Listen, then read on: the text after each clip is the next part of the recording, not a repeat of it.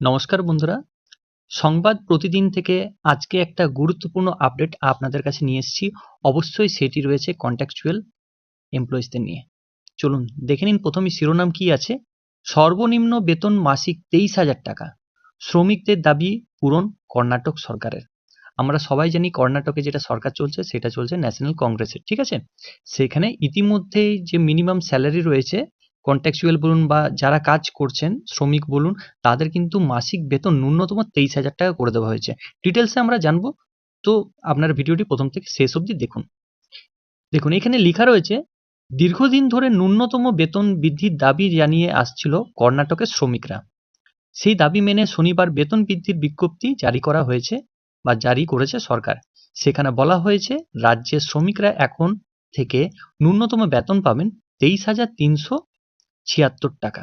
দেখুন মানে এক ধাক্কাতে এখানে 23,376 টাকা কিন্তু বাড়লো, মানে অনেকটাই বেড়েছে। যেটা মিনিমাম ওয়েজেস বা স্যালারি বা যাই বলুন না কেন বেতন, সেটা কিন্তু 23,000 টাকা মিনিমাম করে দেওয়া হয়েছে কর্ণাটকে। তার সাথে আরো লেখা আছে, দেখুন শ্রমিকদের দাবি মেনে অভিনব পদক্ষেপ কর্ণাটক সরকারের। ন্যূনতম মজুরি এক লাফে বাড়ল 60%, অর্থাৎ 60% কিন্তু পেল। মানে এর আগে যেটা বেতন পেত সে তার 60% গুণ পেল, মানে 60 মানে 60% গুণ পেয়ে গেছে। এর ফলে বেঙ্গালুরুর শ্রমিকরা প্রত্যেক মাসে ন্যূনতম বেতন পান 23,376 টাকা।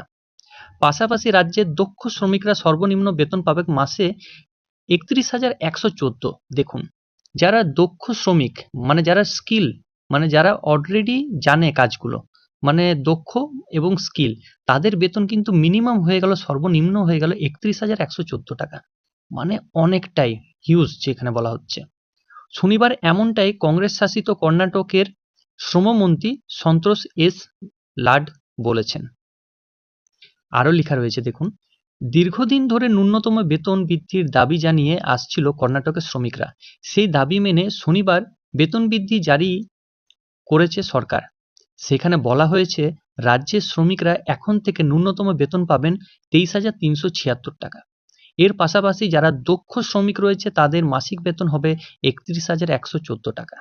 এই উদ্যোগ রাজ্যের শ্রমিকদের আর্থিক সুরক্ষা দেবে এবং লক্ষ লক্ষ শ্রমিকদের একটি সমন্বিত কাঠামোর মধ্যে আনবে।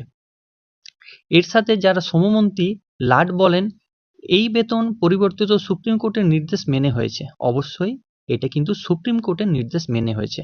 পাশাপাশি এই পদক্ষেপ রাজ্যের শ্রম কাঠামোর একটি বিরাট সংস্কার। মানে আপনারা বুঝতেই পাচ্ছেন যে কতটাই টাকা কিন্তু এখানে বাড়ানো হয়েছে। দেখুন শ্রমমন্ত্রী আরো বলেন, এখানে পদক্ষেপ রাজ্য জুড়ে অসংগঠিত এবং অন্যান্য তফসিল খাতের শ্রমিকদের অর্থনৈতিক নিরাপত্তা প্রদান করবে। সরকার এর আগের 4 অঞ্চলভিত্তিক শ্রেণীবিন্যাস পদ্ধতির পরিবর্তে সমস্ত কর্মসংস্থানকে একই ছাদের তলায় এনেছে। এটা একটা খুবই ভালো ডিসিশন। যে যেখানে কাজ করুক না কেন তাদেরকে একটা স্টেবল, অর্থাৎ একই ছাদের তলে সবাইকে নিয়ে আসে, এটা কিন্তু একটা বিরাট বড় অ্যাচিভমেন্ট বলা যেতে পারে কর্ণাটকের কাছে। এর মাধ্যমে রাজ্য জুড়ে 81টি ক্ষেত্রে নিযুক্ত লক্ষ লক্ষ শ্রমিক সরাসরি উপকৃত হবেন। রাজ্যের শ্রম দপ্তর এই উদ্যোগকে সমর্থন করার জন্য শ্রমমন্ত্রী সন্তোষ লাড ধন্যবাদ জানিয়েছে মুখ্যমন্ত্রী সিদ্দারামাইয়া, উপমন্ত্রী ডিকে শিবকুমার এবং মন্ত্রিসভার সকল সদস্যদের।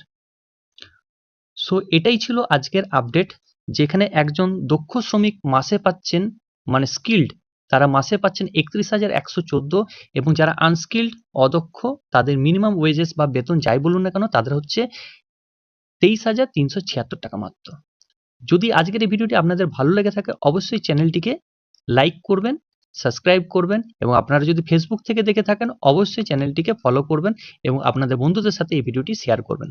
সো ভালো থাকবেন, সুস্থ থাকবেন, ধন্যবাদ। আশা করছি এই ভিডিওটা আমাদের ভালো লেগেছে। যদি ভালো লেগে থাকে অবশ্যই চ্যানেলটিকে লাইক, কমেন্ট এবং সাবস্ক্রাইব করবেন এবং পাশে যে বেল আইকন রয়েছে সেটাকে ক্লিক করবেন নিয়মিত সবার প্রথম সঠিক আপডেট পাওয়ার জন্য। সো থ্যাংক ইউ, ধন্যবাদ এই ভিডিওটা শেষ অবধি দেখার জন্য।